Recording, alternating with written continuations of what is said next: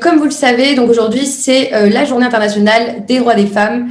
Et donc, à cette occasion, le Club des entreprises a souhaité donc réitérer en fait son engagement annuel en organisant un événement sur le management féminin. Et cette année, il a été orchestré donc par des étudiants de l'Université Savoie-Mont-Blanc. Et donc, c'est dans le cadre de notre projet de communication événementielle que nous, 6 étudiantes en fait, de licence 3 marketing et communication, on s'est donc rattachés à ce projet.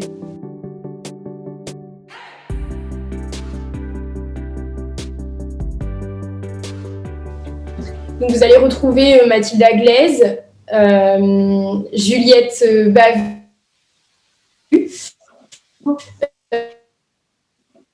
Laurie Ego, Kelika, Brand et moi, Alicia Demi, qui co-animeront cet échange. Et tout d'abord, nous allons laisser la parole donc à Sophie Arnoux, la chargée de mission du Club des entreprises, qui nous a accompagnés, qui nous a encadrés tout au long de ce projet. Bonsoir à tous. Bonjour Sophie. Merci d'être là. Je vois qu'il y a énormément de participants. C'est vrai que c'est une table ronde qu'on n'aime pas organiser tous les ans au sein du Club des entreprises.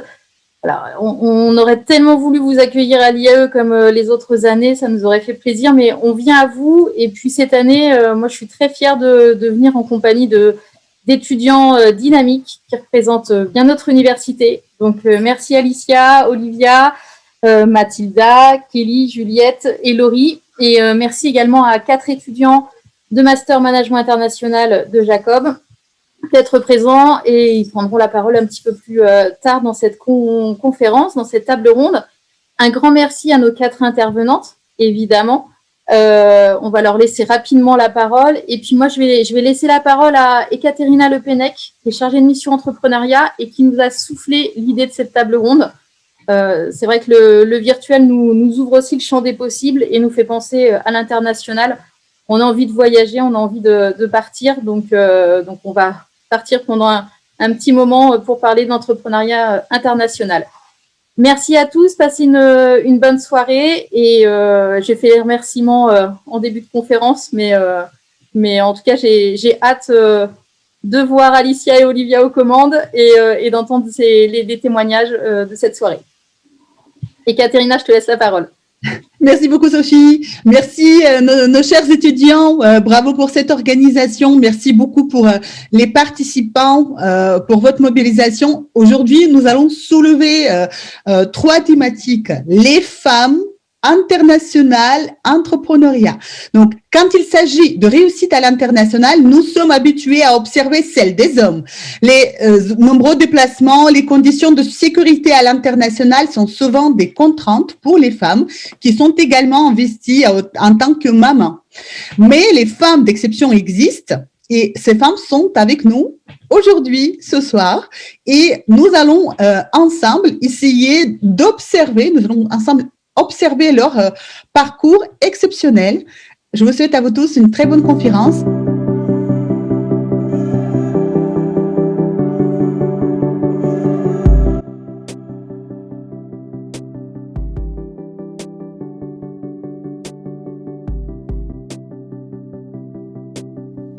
Alors, la première question, c'est en France, combien représentent les entreprises créées et dirigées par les femmes?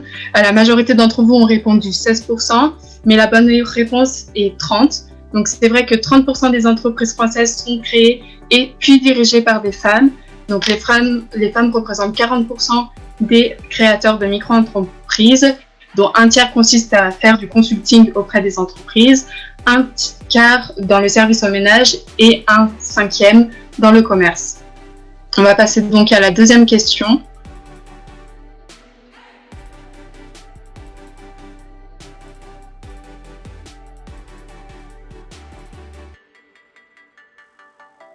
Alors voilà, donc pour répondre à cette question, du coup, vous avez en majorité raison. Donc c'est vrai que la France est plus haut que ses voisins. La France, c'est l'Italie et l'Allemagne en termes d'entrepreneuriat féminin. Puisque la France a un taux d'entrepreneuriat féminin à 3,4 quand il est à 3,1 en Italie et 3,3 en Allemagne. En revanche, certains pays beaucoup plus développés connaissent des taux plus importants. En effet, elles sont 13% au Canada, 11% aux États-Unis, 9% aux Pays-Bas et 7% en Irlande, et enfin 6% au Royaume-Uni à se lancer dans l'expérience de l'entrepreneuriat féminin. En Europe, un quart des femmes créent leur entreprise par nécessité, soit 30% de plus que chez les hommes. En France, 37% des créateurs de micro-entreprises de la génération 2014 étaient des femmes et 28% des créateurs d'entreprises classiques. Ainsi, l'estimation sur l'ensemble des créations d'entreprises a 32% le taux de nouvelles entreprises de la génération 2014 dirigées par des femmes. Merci beaucoup à nos étudiants de master pour nous avoir dévoilé ces chiffres sur l'entrepreneuriat. C'est une bonne façon d'introduire donc le sujet. Et maintenant, nous allons donc accueillir nos 4 intervenantes. Je vais vous laisser vous présenter. Je pense que c'est le mieux. Et donc, est-ce que, par exemple, Fanny, vous souhaitez commencer ? Avec plaisir. Bonsoir à toutes et à tous et merci beaucoup pour cette invitation. Je dois dire doublement merci parce que ce soir, j'ai une babysitter à la maison et qu'on en a discuté avec Olivia. Pour moi, c'était une condition sine qua non de ma participation ce soir parce que je suis maman solo. Et donc, l'université a gracieusement pris en charge mes frais de garde. Donc, on en reparlera tout à l'heure. Mais c'est ça, être entrepreneur aujourd'hui. Donc, je suis très heureuse d'être avec vous et j'espère que mes enfants ne vont pas rentrer dans ma chambre. Si la babysitter fait le job, tout devrait bien se passer. Je me suis lancée dans l'aventure entrepreneuriale fin 2019. Ça veut dire que j'ai enregistré toute ambitieuse fin 2019. Maintenant, on va dire que 2020 a été surtout utilisé pour incuber l'idée, prendre connaissance de l'écosystème dans lequel j'allais évoluer. Et puis, c'est principalement cette année que je commence à travailler avec des clientes et des clients. Voilà, moi j'ai commencé ma carrière dans le développement international. J'étais consultante et je travaillais pour des organisations internationales comme la Banque mondiale notamment, sur des projets de développement social dans des pays en sortie de conflit, dans l'Afrique des Grands Lacs. Très rapidement, j'ai découvert la culture start-up et l'environnement start-up puisque vivant à Washington, j'ai découvert une toute jeune start-up qui comptait mettre en lien via une plateforme en ligne les entrepreneurs, les étudiantes et étudiants et les professionnels qui souhaitaient faire une reconversion avec des mentors, ce qu'on appelait des mentors. Et donc, j'ai sauté le pas, j'ai quitté la Banque mondiale, j'étais dans une grande administration des Nations Unies, mais en tant que junior, j'étais tout en bas du totem et j'avais aucun pouvoir de prise de décision.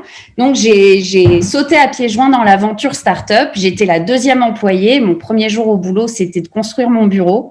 Et ça m'a fait découvrir l'entrepreneuriat. Voilà. Et puis, la vie a fait que je suis rentrée en Europe. J'ai été consultante en Suisse. J'ai retravaillé pour une start-up en France. J'ai commencé à ma famille. Donc, j'ai eu un premier enfant, puis un deuxième, puis un troisième.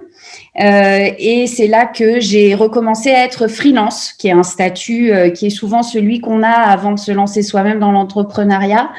J'ai retravaillé pour la Banque mondiale dans des missions qui étaient plutôt dédiées sur les thématiques du genre et de l'engagement citoyen, notamment en Guinée, au Burundi, au Rwanda. Et puis, j'ai aussi commencé à travailler pour un incubateur de start-up à Gaza. Et c'est vraiment là, en 2016, que j'ai pu relier mes 2 casquettes et mes 2 passions, qui étaient le secteur tech et le développement international.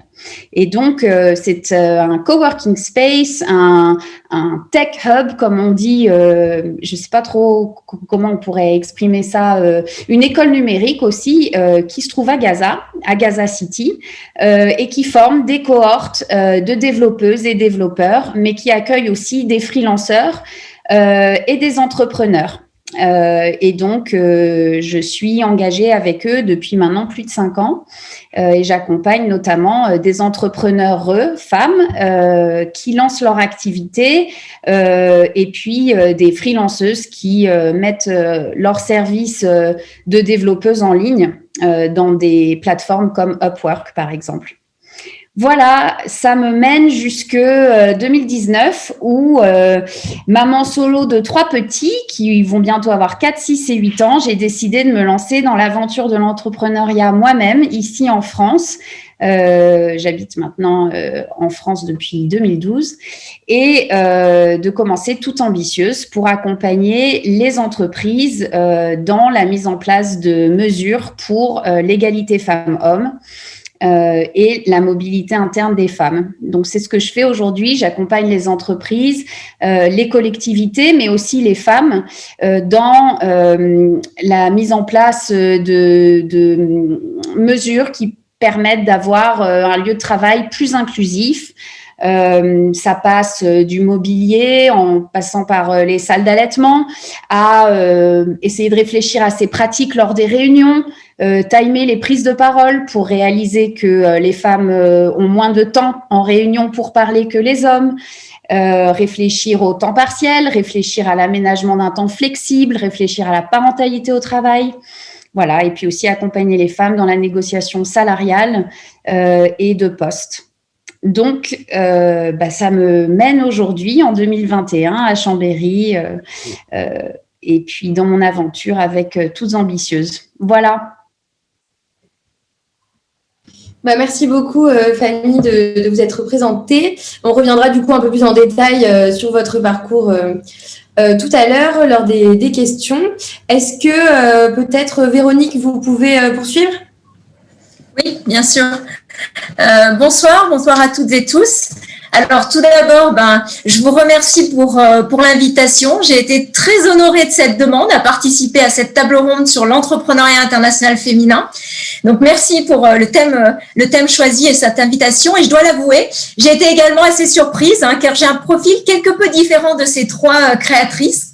Alors néanmoins, je pense que nous avons plusieurs points communs. Enfin, j'ai plusieurs points communs avec ces beaux parcours de femmes. Et notamment, je pense que ce qui nous anime, c'est notre engagement, notre motivation dans les valeurs que dégage tel ou tel projet. Alors, cela étant dit, qui suis-je ? Alors, je suis professeure des universités, c'est-à-dire que je suis enseignant-chercheur spécialisée en management international et plus particulièrement en entrepreneuriat international.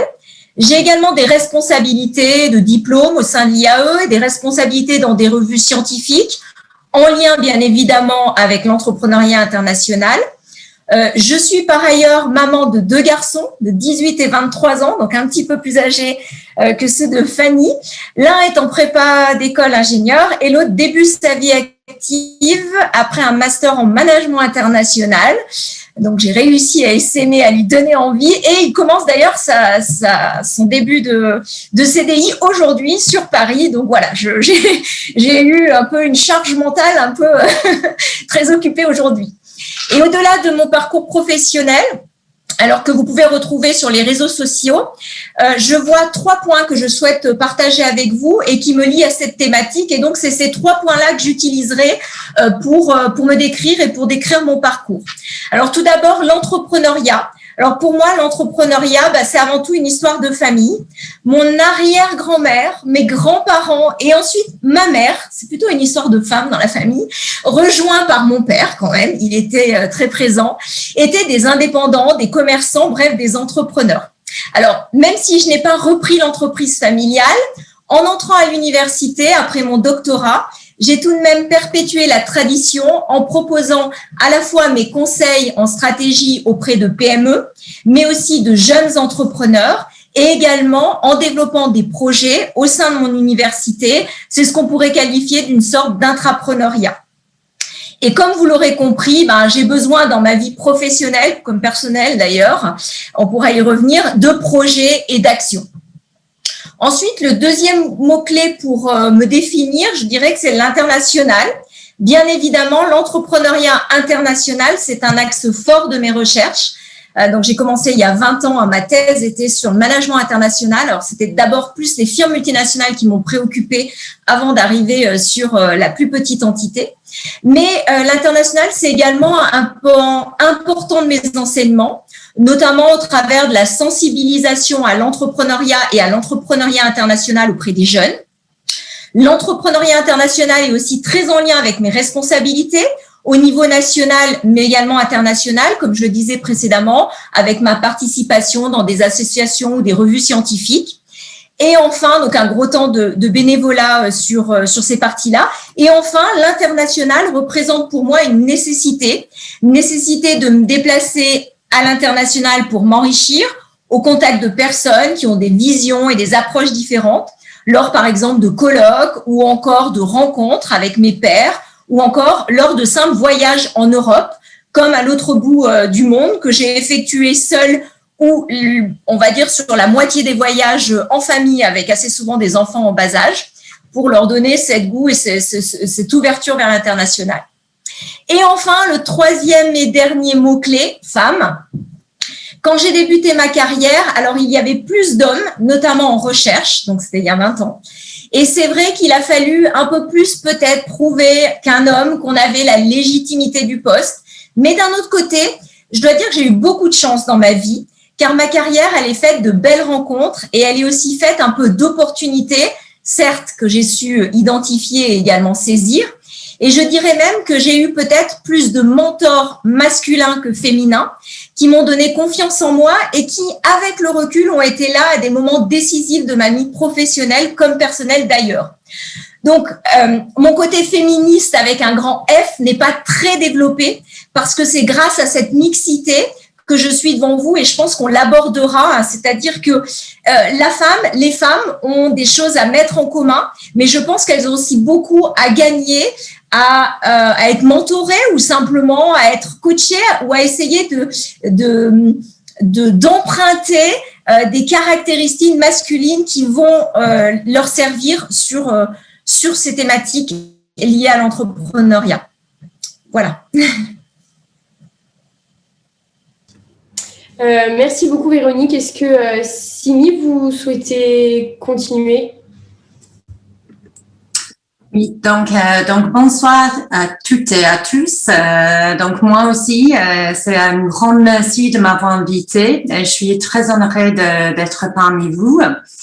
Comme vous entendez, moi je suis anglaise, donc je suis en France depuis plus que 20 ans et depuis l'été dernier, j'ai aussi la nationalité française. Donc j'ai la double nationalité maintenant. Donc pour me présenter personnellement, je suis maman de 3 filles. Donc, la journée de la femme, c'est particulièrement important pour moi parce que c'est l'avenir de mes filles. Donc, mes filles, elles ont 12 ans, donc pré-ado, ça commence à être un peu compliqué. 9 ans et puis 6 ans.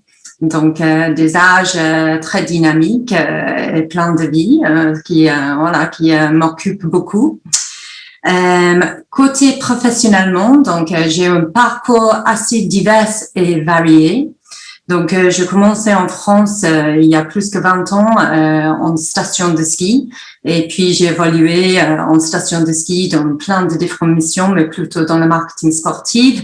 J'étais directrice commerciale de la société économie mixte de la station de Tignes, qui était super.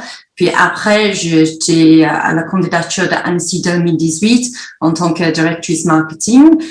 Après, j'avais quand même pas mal de enfants déjà, et puis j'ai décidé, mais qu'est-ce que je vais faire avec moi-même? Donc, j'avais envie de faire quelque chose de nouveau.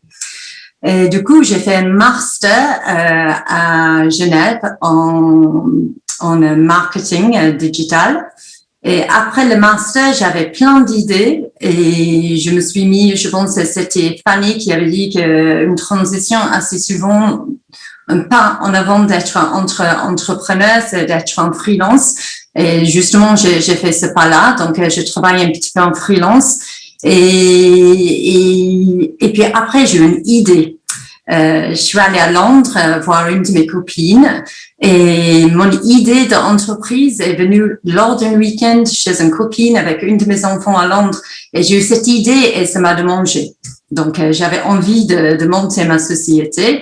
Je suis revenue de Londres et j'ai dit à mon mari, j'ai envie de me lancer, de remonter une société. Et là, c'est un petit peu, oh là là, qu'est-ce qu'elle a envie de faire? Et puis, du coup, 1 an plus tard, donc j'ai fait le benchmarking, j'ai fait l'étude de projet, etc. J'ai trouvé le financement. Et 1 an plus tard, donc en septembre 2017, j'ai lancé ma société, donc c'est Mummy in the Mountains, donc Mim Play and Explore. Et depuis, voilà, j'ai cette société. Donc la société, qu'est-ce que j'ai fait? J'ai fait des cadeaux de bienvenue créatifs personnalisés par destination et puis pour le client, pour des enfants, pour les acteurs de tourisme. Il y a quelques points clés qui sont importants pour moi. C'est la qualité du produit. Donc, dès le démarrage de ma société, je voulais faire quelque chose qui était en adéquation avec mes valeurs. Donc, c'est éco-responsable. Donc, je fais, je pense que 95% de mes produits sont faits en Europe. Donc, il y a certains produits que je peux pas faire en France et imprimés en France. C'est du papier recyclé. Donc, il y a certaines choses qui me tiennent très, très fortement. Donc, voilà. Et puis, je suis toujours en vie. Donc, je connais pas les statistiques de combien de sociétés font faillite dans les premières années, mais je suis toujours en vie. J'ai des clients très fidèles. Donc, j'ai certains clients qui sont sur la 5e commande. Et malgré le contexte assez catastrophique pour le monde du tourisme, j'ai toujours des demandes, j'ai toujours des clients, je travaille sur des belles projets et j'ai des perspectives plutôt positives pour le futur. Donc, je pense, et c'est ma clé d'être une entrepreneur féminine.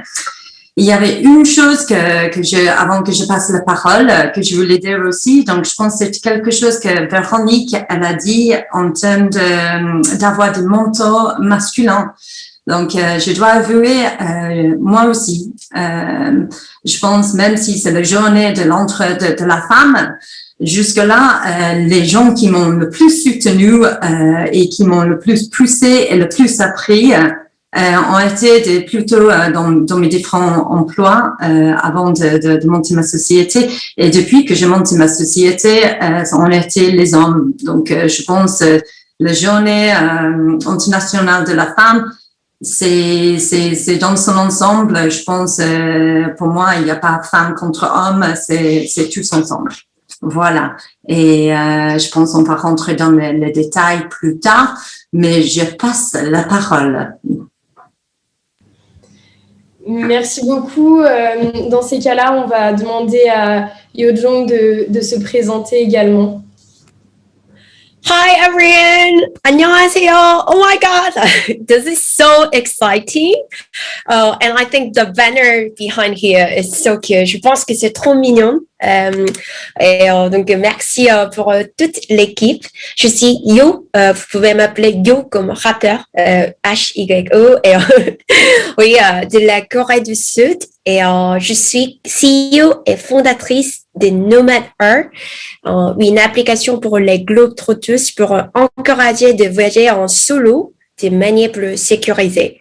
Et je suis pas maman, j'espère bientôt d'être maman, mais j'ai fondé Nomad Earth après avoir voyagé dans 43 pays en solo.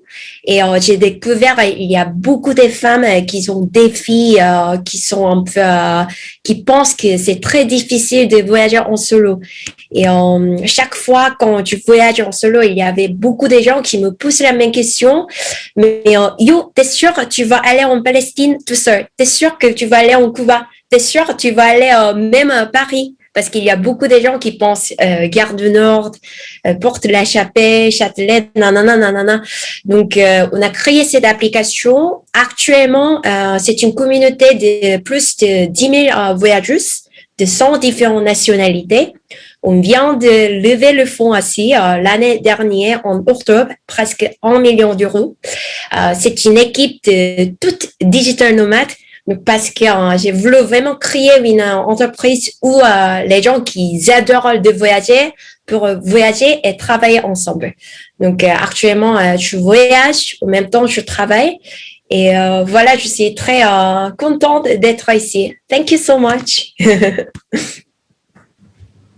Merci beaucoup à vous de toutes vous être présentées. C'était très intéressant de connaître vos parcours déjà. Voilà. Oui, merci donc pour tous vos parcours qui ont l'air tous plus enrichissants les uns que les autres. Donc voilà, maintenant qu'on vous connaît un peu plus, on va commencer à échanger sur plusieurs thématiques. Mais avant ça, je passe la parole à Isa qui va nous expliquer un peu comment ça va se passer. On va revenir sur le nuage de mots qui a été formé avec ce que vous avez répondu sur Menti. On va laisser Laurie le partager. Et donc, on va laisser Mathilda commenter les résultats. Est-ce que vous voyez? Oui, ça y est là. Voilà. Donc, le nuage de mots, je ne sais pas si vous connaissez un petit peu le concept, mais en gros, les mots qui sont les plus écrits en gros, ce sont les mots qui sont le plus ressortis. Donc, c'est-à-dire que c'est plusieurs personnes présentes ici qui ont sorti ces mots-là. Donc là, on peut voir que les 3 premiers mots qui me sautent aux yeux, c'est indépendante, courage et ambitieuse. Je pense que c'est 3 mots qui représentent bien les 4 intervenantes qu'on a aujourd'hui. Après, on a aussi audacieuse qui revient pas mal, ambition, ambitieuse, courageuse avec le courage, leadership, je vois aussi leadership, je vois une patronne, boss, sens des responsabilités. Après, je pense que nos intervenantes pourront plus ou moins acquiescer de tous ces différents mots qui représentent les entrepreneuses, les femmes entrepreneuses selon notre communauté aujourd'hui, notre public. Voilà, je vais vous laisser continuer sur le nuage de mots, du coup. Si vous souhaitez intervenir sur ces qualités, ces caractéristiques, on vous invite à prendre la parole. Fanny, Simi. Est-ce que vous êtes d'accord avec ce qui est ressorti de ce nuage de mots finalement? Je pense que je vais commencer tout d'abord. Et donc, aujourd'hui, on voit les mamans. Aussi, on voit, comment vous appelez-vous? Serrat? Vous êtes très... oui? Je vois. Oui, Serrat. Merci. Donc, en fait, je pense que d'être entrepreneuse, peut-être ça peut être une maman, peut-être ça peut être quelqu'un comme moi qui a 28 ans, ou ça peut être quelqu'un qui a plus que 60 ans, 70 ans. Et aussi, ça peut être une femme de blonde, blanc. Ça peut être une femme comme asiatique, latine, noire. Et en fait, femme entrepreneuse, je pense que ça peut être vraiment diverse. Et en même temps, chaque femme, on a différents défis. Étant une femme, maman, moi personnellement, comme je suis une entrepreneuse asiatique, si vous êtes asiatique, c'est où on est incubé actuellement. C'est le plus grand startup dans le monde entier. Si on dit il y a 1000 entrepreneurs, presque 900 entrepreneurs, c'est un homme blanc, c'est un peu comme Mark Zuckerberg. Et après, il y a 100 entrepreneuses. Et entre ces 100 entrepreneuses, je pense que 90, c'est encore entrepreneuses blondes, blancs. Et donc, je pense qu'il y a aussi gender gap, un peu de discrimination entre les femmes aussi. Et pour cette raison, on doit vraiment être indépendante et courageuse. Parce que chaque fois quand je présente une maître devant les investisseurs, c'est la plupart des cas, c'est un homme qui a 50 ans avec un beer belly, qui a bu beaucoup de bière, qui pense que ouais, l'application pour les femmes, c'est quoi? Je pense pas que ça va marcher. Et je dois tout le temps présenter ce projet devant les hommes qui comprennent pas peut-être le concept et qui vont me dire que voilà, ça va pas marcher. C'est quoi exactement? Et pour cette raison, on doit être vraiment forte on doit être audacieux, mais en même temps, je pense que solidarité, parce que cette occasion aussi, c'est vraiment créer une solidarité entre les entrepreneuses et les femmes et les gens qui soutiennent notre projet. Alors, ça, c'est quelque chose de très important. Oui. Moi, je vais rebondir sur ce que disait Yo à l'instant.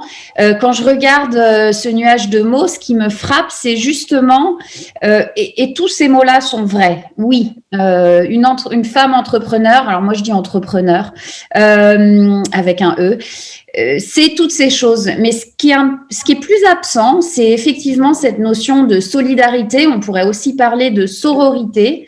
Et moi, dans mon chemin vers l'entrepreneuriat, c'est central. C'est-à-dire que d'abord, j'ai lancé Toutes Ambitieuses parce que l'une de mes anciennes collaboratrices m'a dit un jour, bon, ça suffit, tu passes des heures à décortiquer avec moi ma situation dans mon job et à préparer mes entretiens RH, tu vas me dire combien tu vas te faire payer et je vais te payer la séance.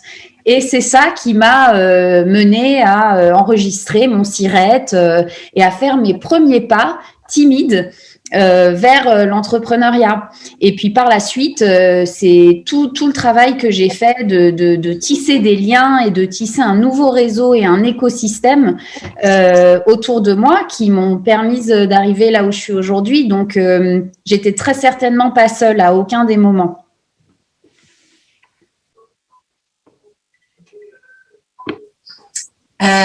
Moi, en regardant ce nuage de mots, c'est le mot courage. Quand moi je parle avec beaucoup de monde me disent qu'ils aimeraient bien lancer une société, qu'ils aimeraient bien faire leur propre chose. Et beaucoup de monde que je connais, ils ont des idées, mais ils osent pas.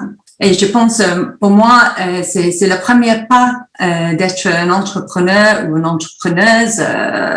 C'est tout simplement d'essayer, d'oser. Et je trouve que le côté courage, donc après, on n'a pas tous la même situation, et on peut être entouré de différentes manières, ou on n'a pas tous les mêmes projets, certains projets demandent plus d'investissement et plus de risques financiers que d'autres.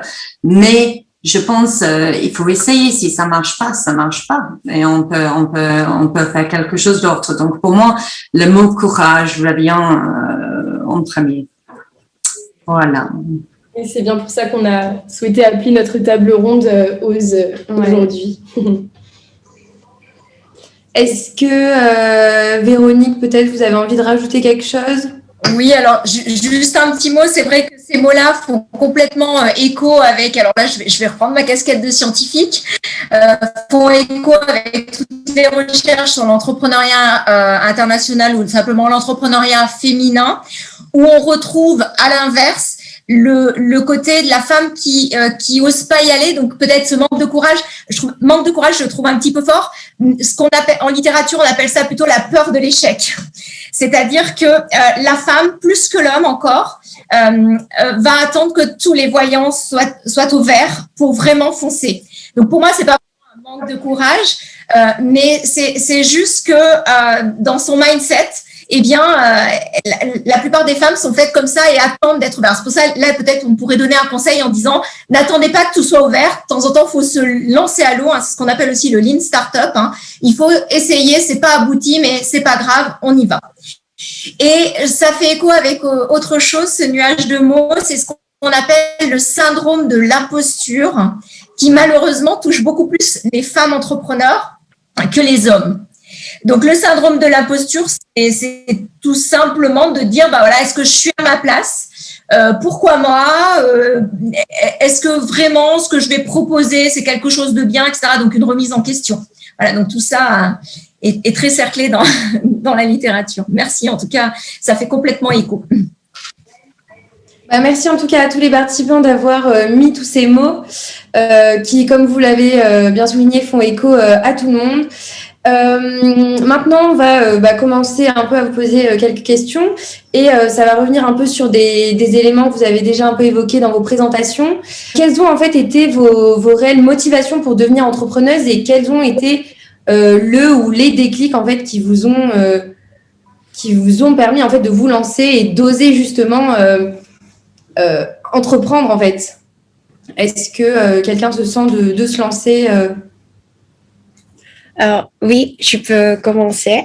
En fait, quand je pense que c'est le même cas avec Fanny aussi, parce que moi aussi j'ai un parcours dans le développement international.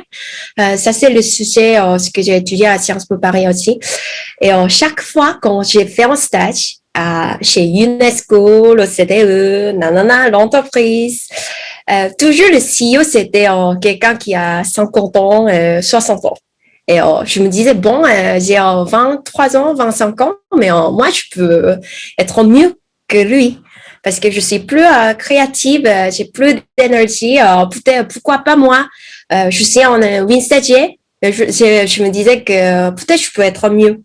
Et j'ai voulu vraiment casser toutes les préjugés. Et pour cette raison, j'avais une idée un peu pas très claire, mais j'ai toujours voulu monter ma propre boîte parce que je savais que un jour, si je deviens être un CEO, peut-être je peux faire comme je veux et ça peut être plus rapide que d'attendre d'être un directeur dans une grande organisation. Oui. Et c'était une des grandes motivations pour moi. Oui.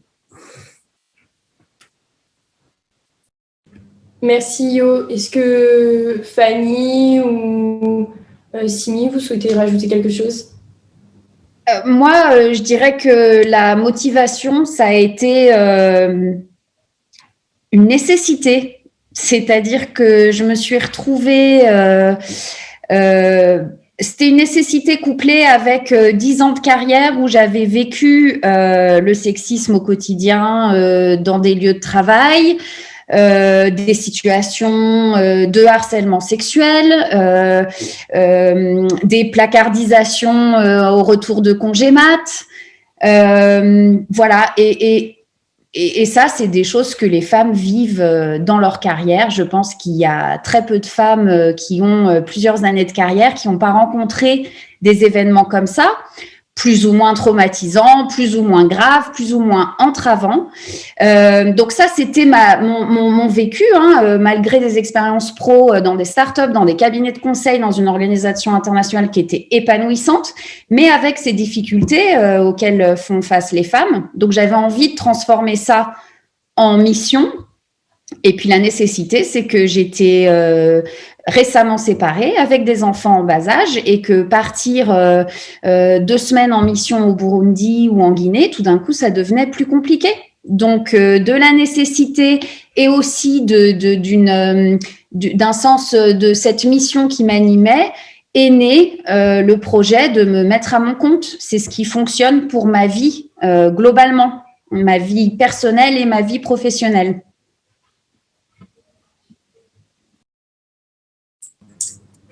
Moi, je vais prendre le relais. Donc, pour moi, ma motivation, c'était vraiment, comme j'avais dit tout à l'heure, c'était vraiment le projet. Donc, moi, j'ai jamais eu cette désir.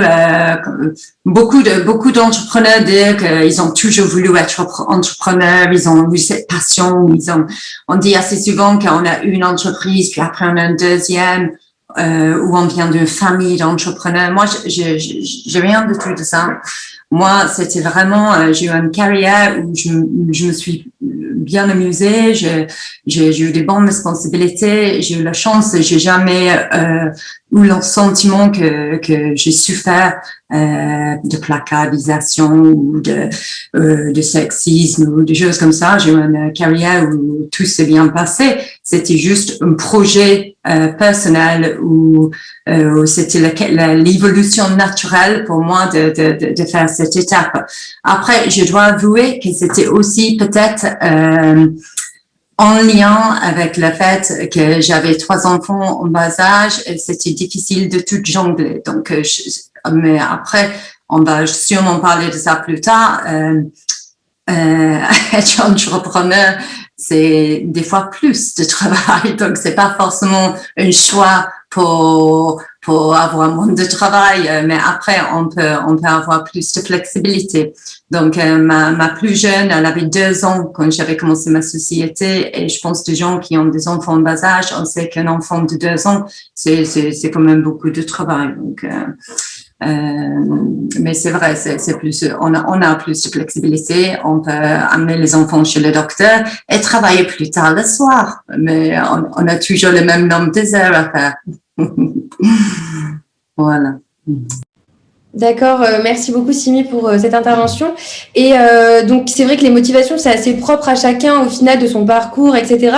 Mais Véronique, est-ce que au cours des projets que vous avez pu suivre, vous avez remarqué des motivations qui étaient assez communes à chacune de ces entrepreneuses ou bien aussi des entrepreneurs, par exemple?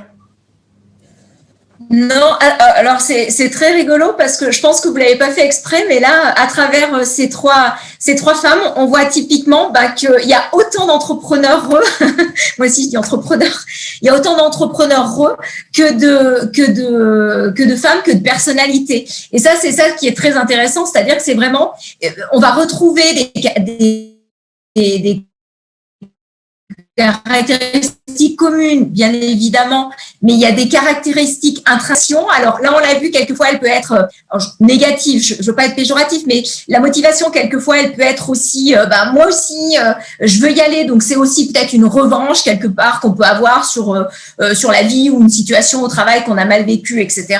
Et puis, quelquefois, la motivation, elle peut simplement être de dire, voilà, moi, j'ai envie de prendre un projet et puis ou alors simplement je saisis. Et ce qui est intéressant, c'est aussi de dire il n'y a pas de destin, c'est-à-dire il faut pas dire je dis pas je vais devenir entrepreneur.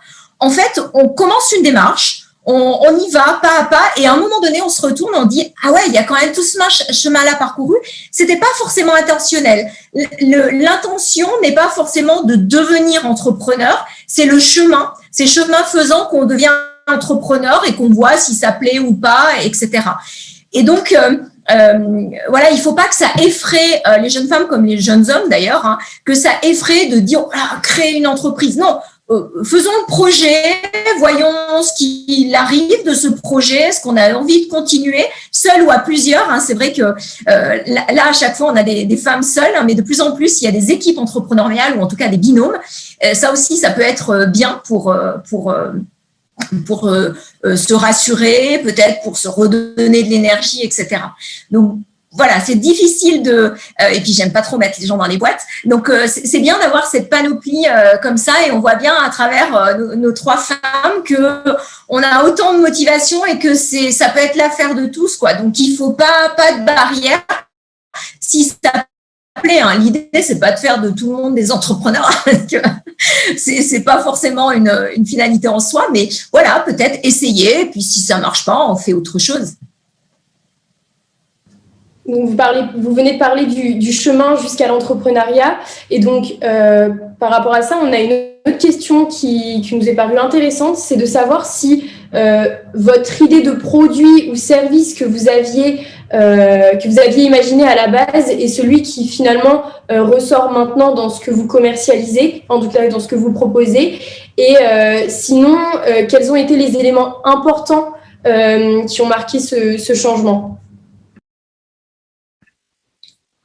Dans notre cas, No Matter, le tout premier début, en ce moment, c'est application pour les globetrotters pour encourager de voyager en solo. Mais tout début, c'était pour partager en transportation commun, comme partager en métro, partager le bus, quand à Paris, pendant la nuit, parce qu'il y avait beaucoup de femmes qui se sentaient pas très bien sécurisées. Et je pense que il y aura beaucoup de changements. Même nous, l'application, ça change tout le temps. Presque une semaine, on ressort l'application avec toutes les nouvelles versions parce qu'il y a tellement beaucoup de boulot. Et presque 3 mois, on tout le temps change l'application, notre design, notre fonction, on ajoute, on enlève. Donc, le plus important, c'est vraiment écouter les problèmes et besoins des utilisatrices et les gens qui vont utiliser notre produit. Dans notre cas, j'ai fait entretien avec plus de 1000 voyageuses à Paris Oui. Et donc, pendant l'été, j'étais une femme un peu comme like crazy woman. J'étais à Tour Eiffel, j'étais à l'Auberge du Jeunesse, j'étais à like Montmartre. Chaque fois quand je vois une femme toute seule qui voyage, je suis allée poser la question, pourquoi vous êtes ici? Pourquoi vous voyagez tout seul? Nanana, nanana. Et je pense que le slogan qui disent que do things that don't scale, ça veut dire qu'il y a beaucoup de gens qui pensent que ouais, je vais travailler derrière l'écran, derrière leur ordinateur. Et c'est surtout le problème de beaucoup de développeurs, parce que le plus important, c'est vraiment aller et rechercher et parler avec les clients et les utilisatrices qui ont le problème et trouver ce problème et créer quelque chose qui va, comment on dit, qui va like résoudre ce problème. Ouais.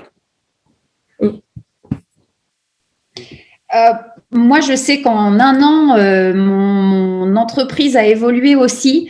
Quand j'ai commencé, mon idée, c'était d'avoir en gros une offre conseil individuelle. En tant que consultante, j'ai eu pas mal de questionnements sur bon, mais alors, je peux pas trop dire que je suis coach parce que j'ai pas de formation de coach et j'ai pas trop la capacité ni l'envie d'en faire une, mais alors je suis quoi? Et puis finalement, voilà, j'ai trouvé que mon positionnement, c'est celui d'une consultante parce qu'au final, c'est ce que j'ai fait dans mes jobs précédents. Et puis, l'autre partie qui était plutôt animation, facilitation d'ateliers et travail collectif. Et en faisant un peu mon enquête et en passant la plupart de 2020 et du confinement les soirs quand les enfants étaient couchés sur mon ordi à essayer de comprendre ce qu'était que l'écosystème égalité femmes-hommes aujourd'hui, j'ai petit à petit trouvé ma position. Et ça a évolué jusqu'encore récemment. Je me suis rendu compte que il y a aujourd'hui beaucoup de nouveaux cabinets de conseil qui se créent sur cette question de l'égalité femmes-hommes. Je suis sûre que toutes et tous, vous en avez vu passer sur vos fils LinkedIn récemment. Ce qui me semble, c'est que les budgets des entreprises, pour l'instant, sont beaucoup focalisés sur une offre qui est déjà existante, qui est la prévention et la sensibilisation au sexisme et au harcèlement sexuel. Aujourd'hui, il y a des produits de réalité virtuelle, des jeux en ligne et puis des séances qui accompagnent ces formations-là, qui sont quasiment vendues clé en main par des super boîtes. Et donc, il y a énormément de budget et énormément d'appétit du marché pour ce type d'activité. Et moi, en fait, avec toute ambitieuse, j'ai plutôt envie de me positionner sur mobilité interne et accompagner les femmes pour qu'elles gagnent en responsabilité et finalement fermer le gap qu'il y a aujourd'hui dans les comités de direction et les comités exécutifs. Sauf que je vois quand même que le marché est plus mûr pour tout ce qui est prévention, sensibilisation, sexisme que leadership féminin. Parce que leadership féminin, c'est moins structuré, c'est plus nébuleux, c'est plus du coaching individuel. Donc, je suis obligée quand même de m'adapter à ce que je vois et ce que je reçois du marché. Et donc, des formations prévention sexisme, j'en fais. Et puis, j'essaye de rentrer par cette porte-là pour arriver vers ce qui, moi, m'intéresse un petit peu plus et aussi ce pourquoi je pense avoir une meilleure valeur ajoutée qui est faire un plan d'action égalité femmes-hommes.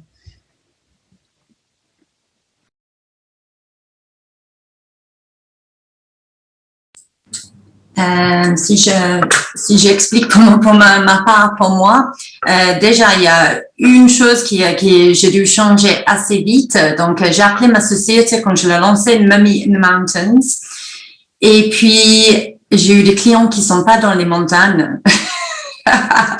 Et puis j'ai eu plus en plus de demandes de clients qui sont pas dans les montagnes. Donc mon nom Mummy in the Mountains, ça collait plus du tout avec le fait que j'avais des clients en Bretagne, à Saint-Tropez, à Paris, en Normandie, un petit peu partout en France, et puis en Suisse aussi.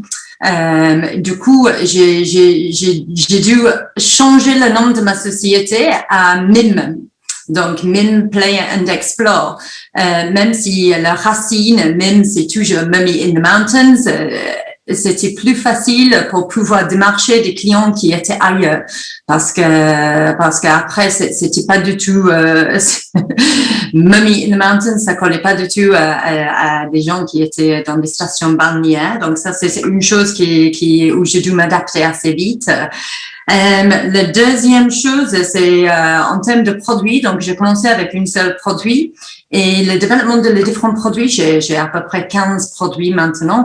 C'est venu vraiment des clients. Donc, j'ai un client qui me dit, est-ce que vous faites ça ou est-ce que vous savez faire ça? Et je dis, bah, oui.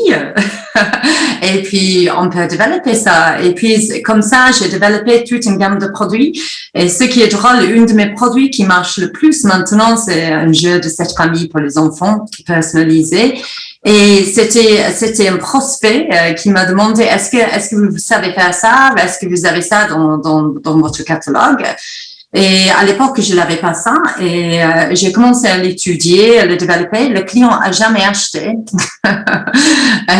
mais c'est une de mes produits phares. Et je livrais aujourd'hui une cliente mon 9e différente version de jeu de cette famille. Donc ça montre qu'il faut être assez flexible. Et puis, la dernière chose, c'est ça, en ce moment, depuis l'arrivée de la coronavirus, donc bien évidemment, la majorité des établissements touristiques, ils ont été fermés. Donc moi, j'ai toujours essayé d'avoir un angle un peu grand dans ma périmètre de ce que je sais faire. Et puis, j'ai eu la chance que j'ai été demandée par Caran d'Ache, qui fait des crayons suisses, de développer, parce qu'eux, ils ont vu qu'ils avaient beaucoup de demandes pour des produits créatifs, de développer des produits pour eux en marque blanche. Donc c'est pas mes produits, c'est le produit que j'ai développé avec des différentes illustratrices. Mais ça m'a donné du business et c'était super intéressant. Donc, je pense qu'il faut savoir être flexible, surtout en ce moment. Donc, voilà, pour répondre à la question. Super, merci beaucoup. On voit, c'est vrai qu'il y a pas mal une évolution entre ce que vous aviez prévu à l'initial et au final ce que vous êtes encore en train de faire maintenant, et ça risque encore d'évoluer tout au long de la vie de vos business. Et on se demandait aussi s'il y avait eu une évolution entre l'idée que vous faisiez à la base de l'entrepreneuriat et finalement le parcours entrepreneurial que vous êtes en train de mener maintenant. Par exemple, en ce qui concerne les démarches, les règles de conduite à suivre qu'on a pu vous évoquer, qui finalement ne se sont pas passées de cette manière. Ouais, voilà. Moi, Yo, tu veux... Non, allez-y, parce que c'est... Je ne sais pas pourquoi on se tutoie, ça y est, pardon. C'est parce qu'on est tellement à l'aise dans ce Zoom. Je voulais rebondir. Tout à l'heure, Véronique a parlé de ce truc de se retourner et puis tout d'un coup dire « Ah, mais en fait, je suis entrepreneur ». Alors, pour moi, c'était vraiment ça. Parce que quand ça a commencé, j'étais dans une situation de reconversion professionnelle un peu par nécessité. Et on m'aurait dit en novembre 2019 que j'allais être chef d'entreprise, j'aurais dit non, mais là j'enregistre juste un SIRET en fait, c'est pas. Et puis c'est comme ça, on enregistre un SIRET et puis ensuite du coup on facture et puis ensuite on fait des partenariats stratégiques et puis du coup on se rend compte qu'on doit être affilié organisme de formation et c'est vraiment étape par étape et ce qui m'a étonnée c'est que c'est hyper simple en fait au départ. Alors moi là où j'en suis, je suis pas à faire de la levée de fonds comme Yo, donc je pense qu'elle aura un autre parcours à décrire. Mais pour ce qui me concerne, c'est des démarches que j'ai faites en ligne hyper rapidement. Aujourd'hui, je suis auto-entrepreneur et c'est très, très facile pour moi de me présenter comme telle, générer du revenu, faire mes déclarations à l'URSSAF tous les mois. C'est pas plus compliqué que de faire un chèque emploi-service quand on a une babysitter, par exemple. Donc, ce qui m'a étonnée, c'est qu'au final, c'est vraiment pas compliqué. En tout cas, les premiers pas, et qu'effectivement, c'est que petite étape par petite étape qu'on se rend compte après qu'on est chef d'entreprise. Oui, je peux commencer. En fait, pour moi, j'avais une idée d'être une CEO comme Captain America ou Elon Musk avec une champagne dans la classe business dans l'avion. Oh là là! Et c'était ce que j'ai pensé, ah oui, c'est vrai, quand on lance notre premier produit, j'aimais bien de créer une grande launching party, la fête, ça sera trop excitante. Et en fait, la réalité, c'est CEO et être une entreprise, être une entrepreneuse, on doit que travailler, même pendant le week-end.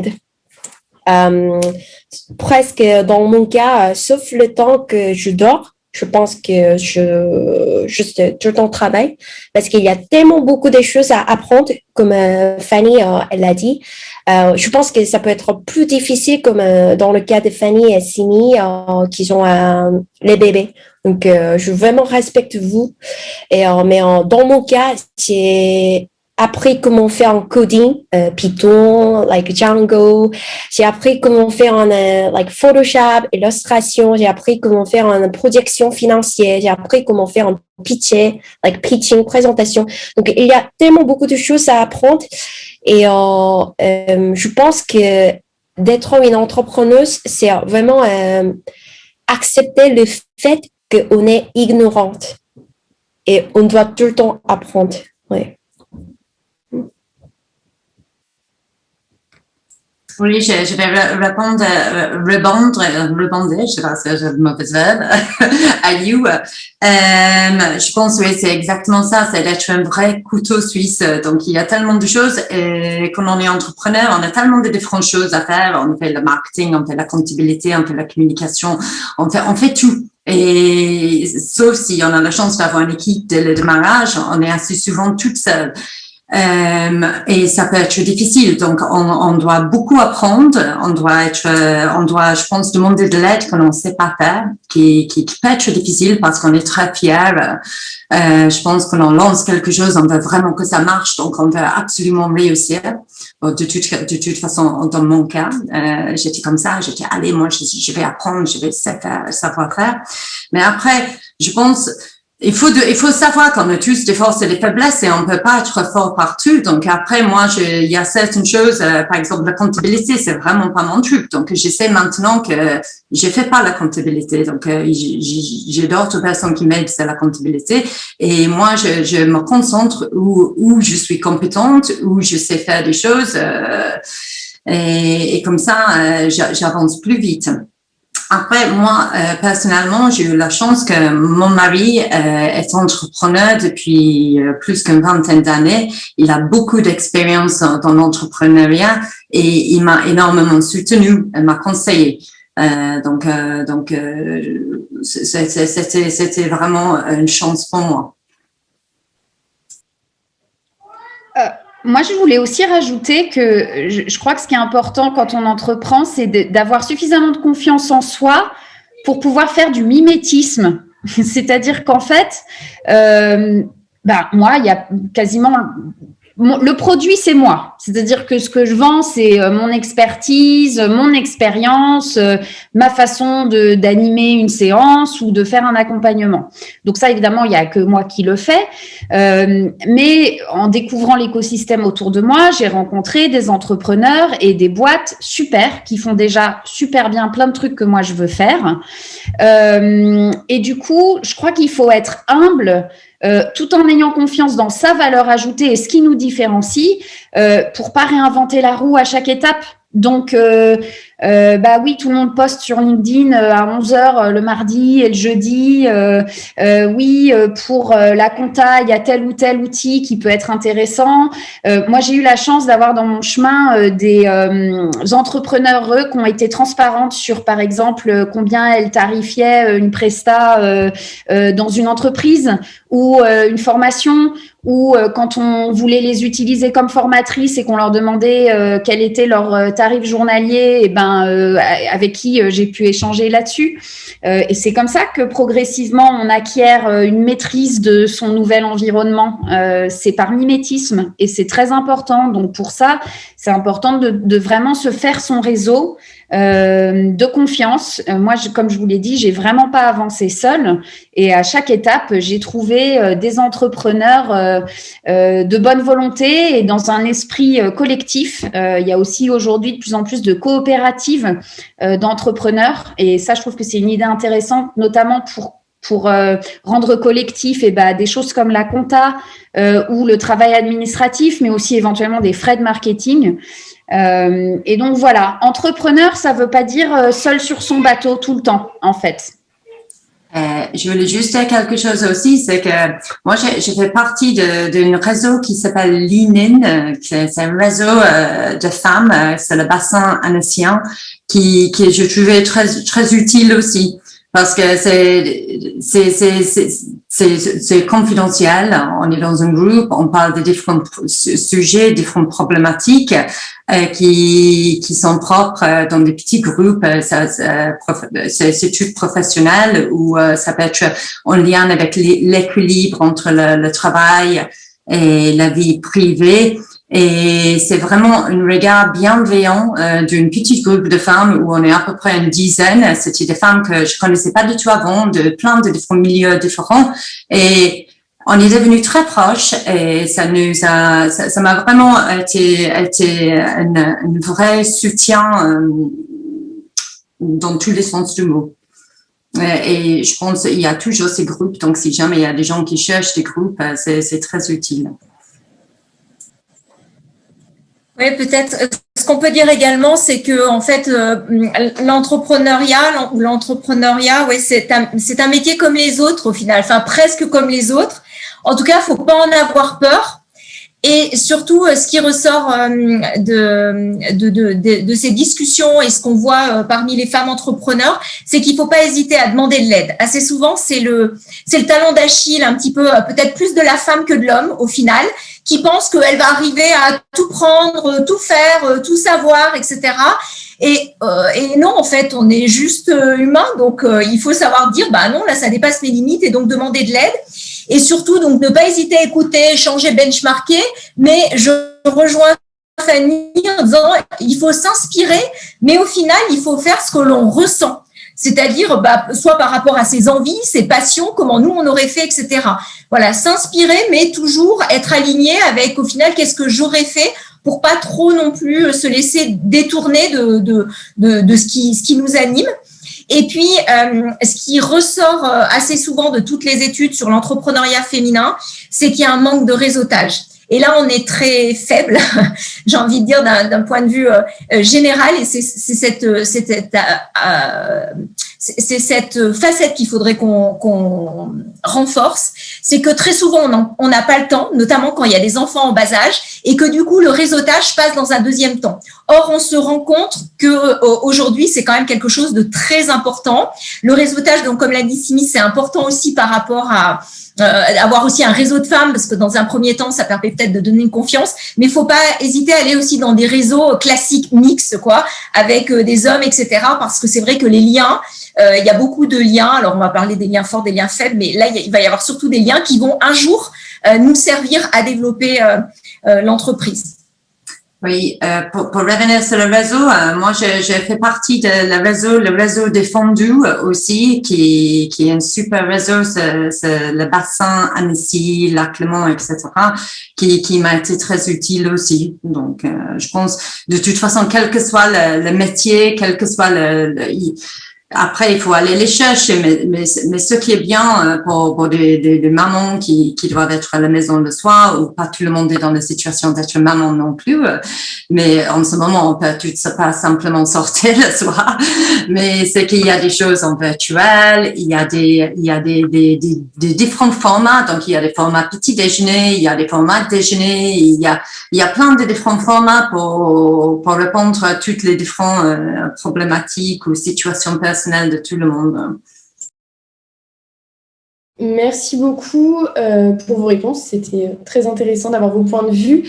On a quelques questions dans le chat que Mathilda va nous faire remonter.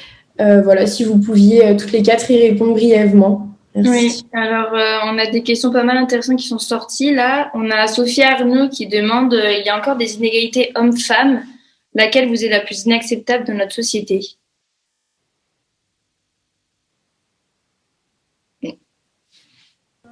Bah, je crois qu'il n'y a pas, aujourd'hui, il n'y a pas une seule femme PDG des entreprises cotées en bourse en France, des 120 plus grandes. Je crois qu'il y en avait une, il me semble d'Engie, et puis il me semble qu'aujourd'hui, à l'heure actuelle, il n'y en a pas.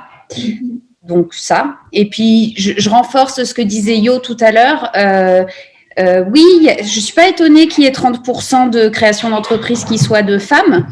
En revanche, dès qu'on arrive sur la levée de fonds, et donc dès qu'on arrive sur le rapport financier, on se rend compte qu'il y a encore aujourd'hui une énorme discrimination pour les femmes entrepreneurs qui arrivent devant des fonds d'investissement, des investisseurs, et que c'est très difficile pour les femmes, beaucoup plus difficile pour les femmes à la tête de start-up d'obtenir des financements. Merci beaucoup, Fanny, d'avoir répondu à cette question. Mathilda, est-ce qu'il y en a d'autres ou... Il y a aussi des sujets qui ont été relevés dans le chat, comme quoi une femme entrepreneuse a son boulot qui est souvent beaucoup plus dévalorisé qu'un homme. Est-ce que vous pensez qu'une femme doit travailler 3 fois plus pour être reconnue à la même échelle qu'un homme? Est-ce que quelqu'un souhaite s'exprimer sur cette question? C'est compliqué de répondre à ça, mais parce que à chaque fois c'est très subjectif. On ne sait pas en face combien travaille un homme, mais on a quand même l'impression que sur certains postes, pour arriver à certaines choses, faut travailler plus. Maintenant, je suis pas sûre que ce soit pas nous qui nous mettons ces barrières-là. C'est-à-dire que on met tellement la barre haute, et on en a déjà un petit peu discuté, pour dire d'être au top et d'être vraiment essayer, on va pas dire toucher la perfection, mais en tout cas d'être au mieux qu'on peut, que je pense que du coup on développe encore plus d'énergie et plus de travail pour arriver là, et que final on se dit moi si j'avais su en fait j'aurais pu travailler un tout petit peu moins et c'était pareil quoi. On me demandait pas assez souvent, c'est très personnel. On nous demande pas forcément de travailler autant, mais je pense qu'on a un petit peu ce penchant-là pour essayer d'être sûr de monter, quoi.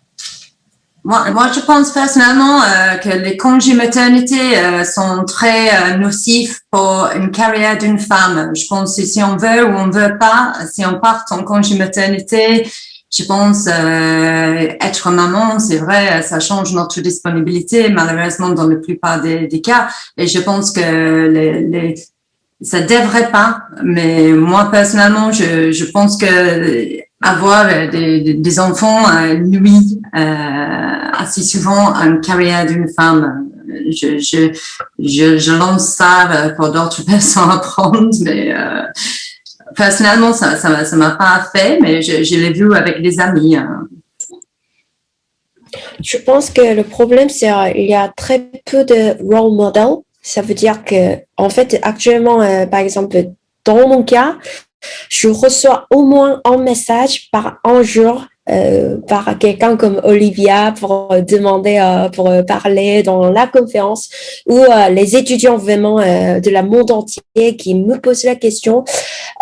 J'ai vu que vous avez monté l'entreprise pour monter une startup. Comment je dois faire, nanana. Et je reçois cette message au moins un par jour par LinkedIn, Instagram. Et le problème, je pense qu'il y a très peu de role model, quelqu'un qui peut nous donner un coaching et mentorat. Et dans mon cas aussi, c'était très difficile de vraiment contacter quelqu'un parce que la plupart des gens, ils étaient différents que moi. Donc, c'était très difficile de faire like sympathize with those people. Ouais. Donc, je pense qu'on a besoin plus en plus de solidarité et role model. Oui.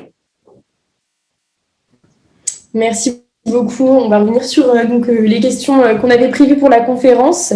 Quels sont les obstacles ou les freins que vous avez pu rencontrer pour entreprendre? Ça revient un peu avec ce qu'on disait juste avant, mais est-ce que vous en avez d'autres à faire partager? Je peux commencer? Donc, c'est ça le dernier. Yes, last. Je pense que le voyage et l'inspiration de voyage est très important. Comme Fanny, elle a vécu aux États-Unis, à Washington, elle a dit ça aussi. Et Véronique aussi, évidemment. Et je pense que partager l'inspiration, vraiment casser notre comfort zone et rencontrer beaucoup de monde est très important. Donc, pour celles qui découvrent le monde, vous pouvez télécharger l'application Nomad Run sur iOS et Google Play Store. Et vous allez rencontrer plein de femmes inspirantes. Voilà. OK.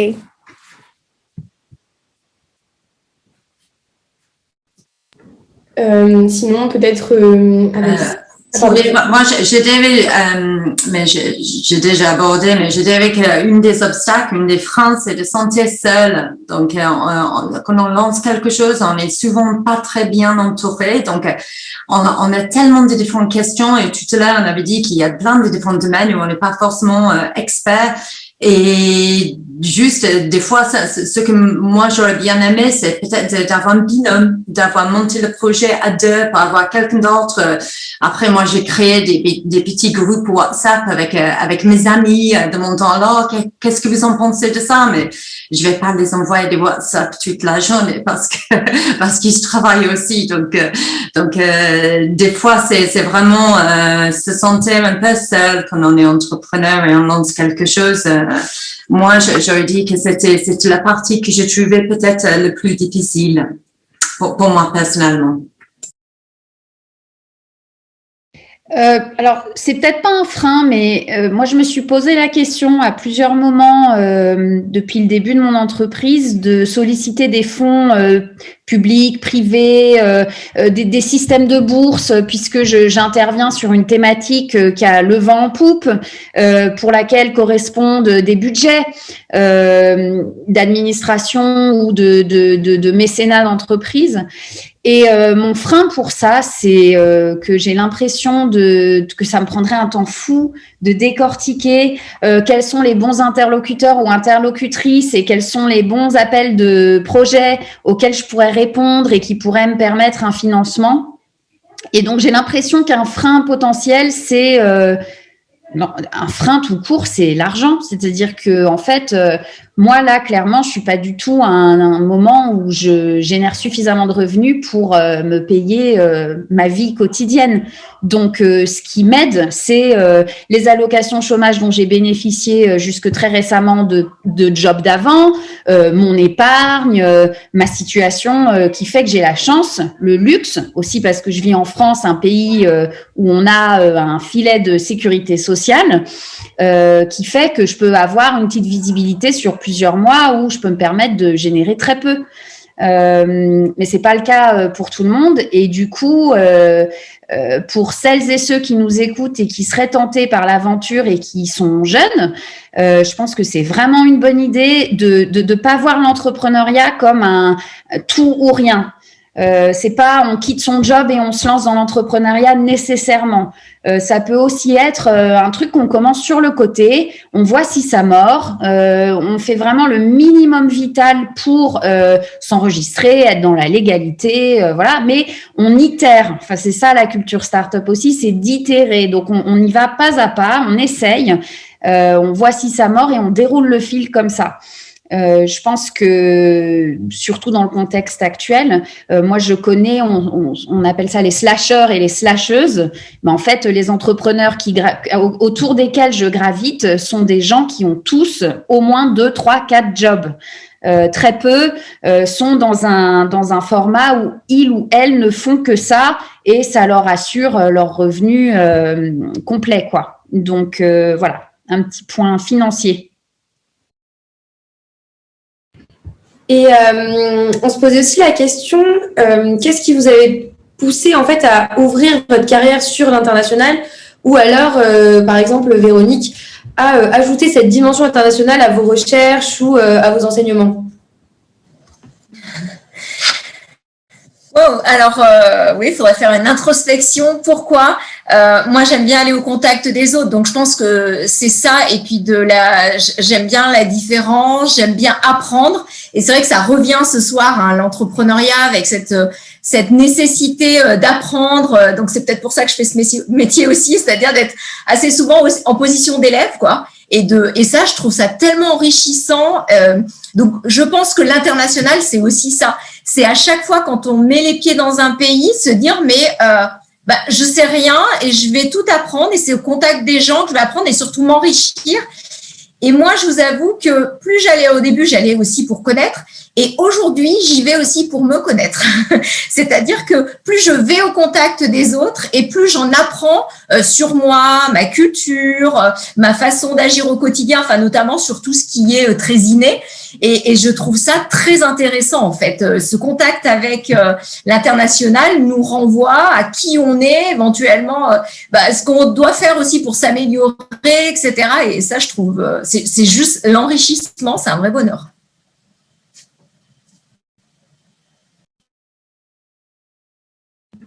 Merci beaucoup. En tout cas, peut-être Yo, vous pourriez y répondre.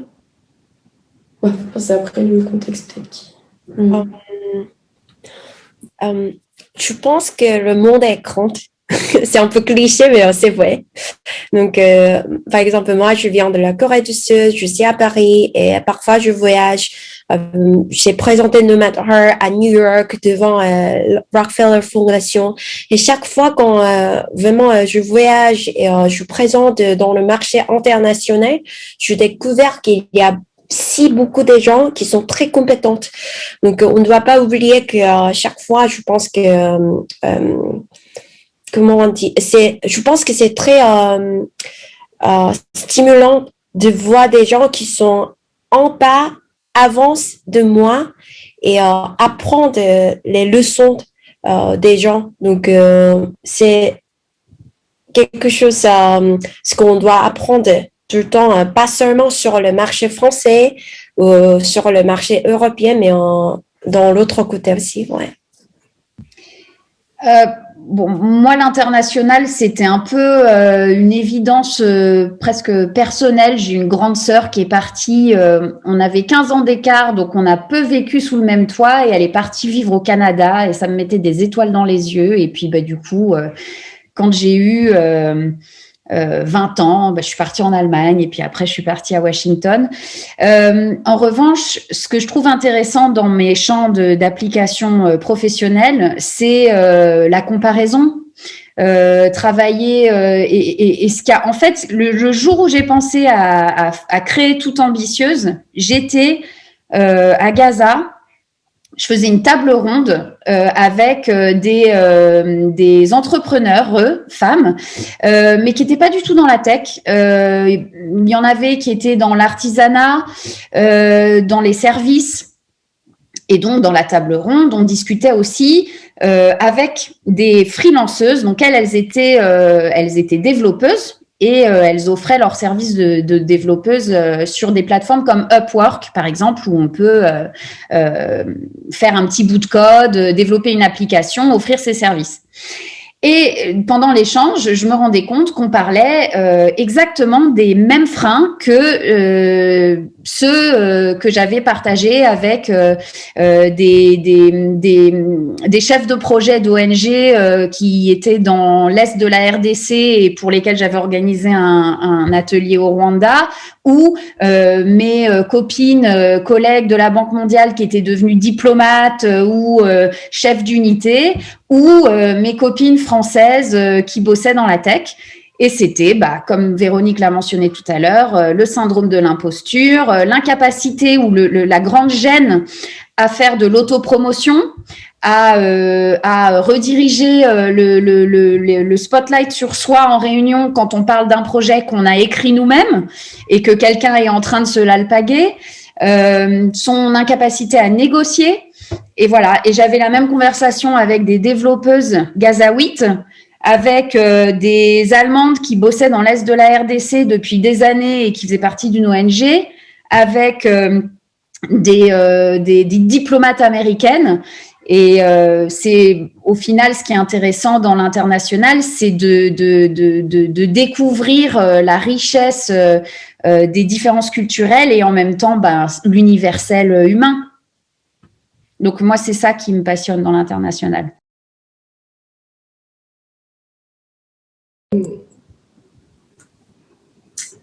Pour moi, le côté international, c'est mes produits, c'est la découverte. Donc, c'est la découverte d'une destination autrement pour les enfants.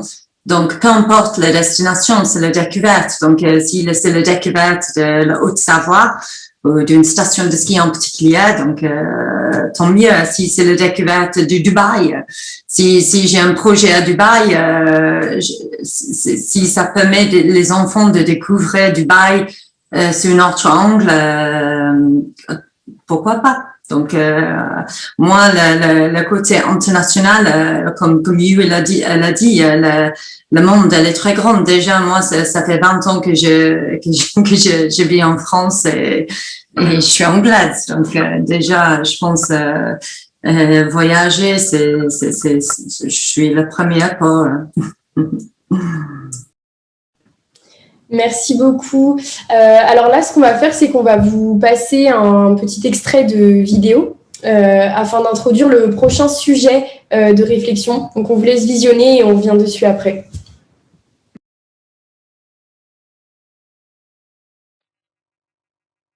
What are you looking for in a man now? I'm not looking for a man. Let's start there. You're going to walk home with more than maybe just a trophy tonight. I think lots of men. I'm not going to walk home with any men tonight. I'm gonna go hang out with my friends, and then I go home to the cats. You're able to wear undergarments? Since when did people start asking each other in interviews about their underwear? Is it inappropriate? You asked Josh what kind of underwear he wears? No. What kind of interview is this? There's one subject we didn't discuss. What was that? Everyone's talking about it. What? Well, your breasts. If you could use makeup or your phone one last time, which one would you pick? Makeup or your phone? Is this what you think girls have trouble choosing between? Yeah. How do you balance your career and having a personal? Are you going to ask for the men next?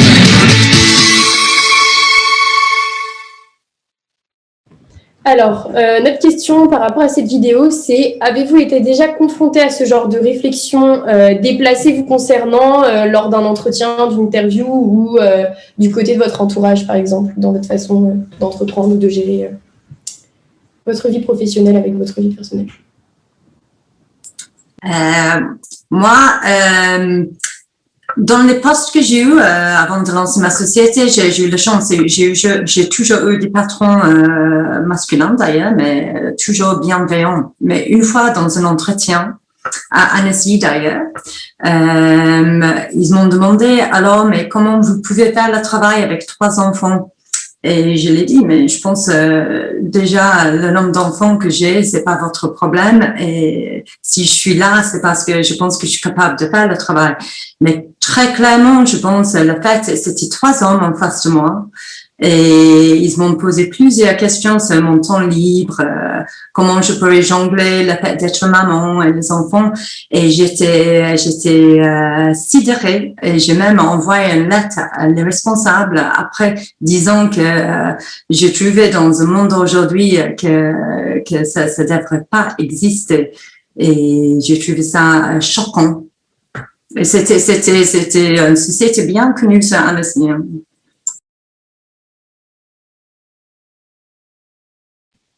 Bon, alors moi, vu que je suis dans l'égalité femmes-hommes, on me fait pas ce genre de réflexion maintenant, mais bon, tout au long de ma carrière avant, bien évidemment, plein d'anecdotes. Par contre, ce qu'on m'a dit récemment que je trouve vraiment triste, c'est alors c'était pas concilier ma vie personnelle et vie pro, mais c'était c'est bien toute ambitieuse parce que mais bon tu sais souvent c'est les femmes qui sont pires avec les autres femmes. Voilà. Donc, bon, en fait, ce qui est intéressant, c'est de comprendre que le sexisme, c'est vraiment un système dans lequel on est toutes et tous, et du coup, à plus ou moins grande échelle, on va être confronté à ce genre de remarques tout au cours de notre vie. Et ce qui est intéressant aujourd'hui, c'est vraiment d'essayer de s'entraîner à répondre. Et les stars que vous montrez là ont des super réponses. Et en fait, on est un peu prise de court parfois quand on nous dit des choses comme ça. Et c'est pour ça que la formation est importante. Et puis aussi de savoir que dans le cadre du travail, alors je ne sais pas si on pourrait faire l'argument que quand on est interviewé par un journaliste, on n'est pas dans le cadre du bureau, mais on est dans un cadre pro. En tout cas, en France, dans le cadre du travail, ce sont des remarques qui aujourd'hui peuvent être sanctionnables dans le code du travail. L'agissement sexiste a été inscrit dans le code du travail depuis 2015. Et donc, demander à une femme comment elle va se débrouiller parce qu'elle a des enfants, c'est une parole sexiste et c'est passible de sanction. Voilà. Oui, c'est vrai qu'aujourd'hui, normalement, on devrait de moins en moins rencontrer ces situations-là, mais malheureusement, elles existent encore. Pour ma part, j'ai eu beaucoup de chance, c'est assez anecdotique. Ça a été assez subtil, hein, ça n'a jamais été très important, donc ça va, je l'ai assez bien supporté. Juste une fois, mais du coup, je leur pardonne parce que c'est culturel, j'étais à l'international et en fait, mon interlocuteur a refusé de me parler en fait. Parce qu'il considérait que c'était pas à la femme, pourtant c'était moi qui organisais, j'étais avec un collègue masculin. Et en fait, il s'est complètement adressé à mon collègue masculin. Il a refusé de m'adresser la parole. Voilà. Maintenant, avec le recul, je lui pardonne, plus la différence culturelle. Mais c'est vrai que sur le coup, c'est choquant en disant mais il a rien fait, quoi. C'est moi, mais moi, c'est pas grave.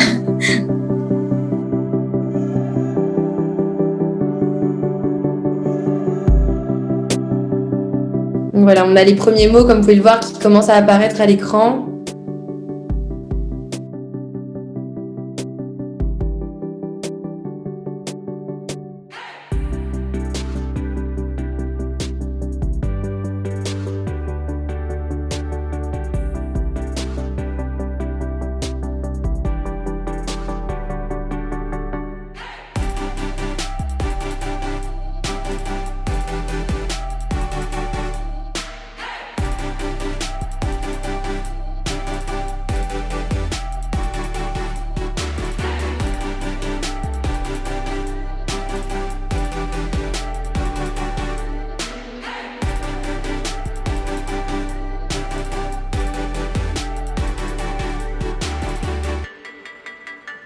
Donc maintenant, on a eu quelques réponses là, comme vous pouvez le voir sur le partage d'écran. Donc on va laisser les masters en management international réagir à cela et puis conclure notre table ronde. Voilà.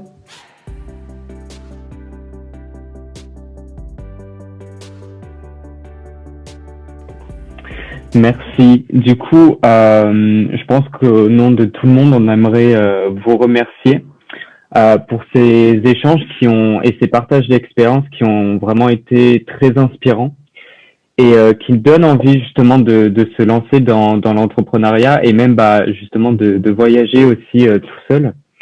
Je pense, mais je veux pas non plus parler à la place des femmes, mais je pense que Loïse pourra confirmer ce que je dis, c'est que ces échanges sont importants justement pour montrer l'exemple aux autres jeunes femmes qui peuvent avoir des doutes pour se lancer que c'est possible de réussir et de devenir des modèles de réussite. Et du coup, être femme entrepreneuse, c'est vraiment diversifié. C'est autant d'entrepreneurs que de personnalités différentes. C'est très divers car chaque personne a différents vécus. Par exemple, là, nous avons eu des mamans ou pas des mamans, des personnes venant de différentes cultures, etc. Et du coup, ça a vraiment été des échanges très très enrichissants. Oui, et merci Sylvain. Et si je peux rajouter aussi, c'est que on retient du coup de tout ça qu'il faut vraiment savoir saisir l'opportunité, que devenir entrepreneur, ça se fait pas à pas. Il faut pas qu'on soit effrayé de monter notre société et que ce soit seul ou à plusieurs. Qu'il faut savoir qu'on peut être accompagné, que c'est important d'être conseillé. Important de rencontrer du monde, d'être ouvert, d'échanger, d'où l'importance du coup du réseautage, comme l'a rappelé Fanny, de la solidarité entre nous tous, et qu'il faut pas hésiter à demander de l'aide, ne pas avoir peur de l'échec aussi. Et voilà, moi ce que je retiens, c'est vraiment la motivation, la confiance en soi, qu'il faut beaucoup travailler aussi, et surtout continuer à voyager. D'où l'importance de voyager aussi pour montrer du monde. Donc, merci. Merci beaucoup à vous pour ces mots de conclusion. Et là, je vais laisser la parole à Alicia. Donc, pour clôturer cette table ronde, nous souhaitons vraiment adresser un grand merci à nos 4 intervenantes. Donc, Fanny Atteri de Toute Ambitieuse, Simiker de Mummy in the Mountain, Véronique Favre-Bonté de l'Institut de recherche de l'Université Savoie-Mont-Blanc et Yo Kim de Nomad Heure. Merci de vous être autant impliqués dans l'événement et d'avoir été si enthousiaste à l'idée de nous faire partager votre expérience. Ça a vraiment été un échange riche, autant pour les participants que pour nous, organisatrices. Donc un grand merci pour ça. On remercie également donc, le Club des entreprises de nous avoir fait confiance et de nous avoir permis d'organiser un tel événement et notamment Sophie Arnoux, la chargée de mission du club, de nous avoir accompagnés tout au long de cette aventure. Voilà, donc on souhaite également remercier Ekaterina et donc ses étudiants de master d'avoir pris part au projet avec nous. Et on remercie aussi nos professeurs, donc Caroline Morangelo et Joséphine Laforêt, qui nous ont supervisés tout au long de ce projet dans le cadre donc de notre module, le projet de communication événementielle. Un grand merci à vous tous, donc les participants, d'avoir été si nombreux ce soir et d'avoir vraiment interagi avec nous en posant toutes vos questions, en jouant le jeu avec Menti sur la plateforme. Ça a été vraiment un réel plaisir d'échanger avec vous pour cette journée des droits internationaux, cette journée internationale des droits des femmes. Et n'hésitez pas à nous rejoindre donc sur les différents réseaux sociaux du club et à nous faire des retours. Si ça vous a plu et vraiment un grand merci à tout le monde. Et puis n'hésitez pas également à suivre les comptes professionnels de nos intervenantes qui nous ont fait l'honneur d'échanger avec nous et de nous partager vraiment toutes ces expériences plus inspirantes les unes que les autres. Voilà, donc on vous souhaite à tous une très bonne soirée et puis on vous dit à bientôt et merci encore. Merci à tous.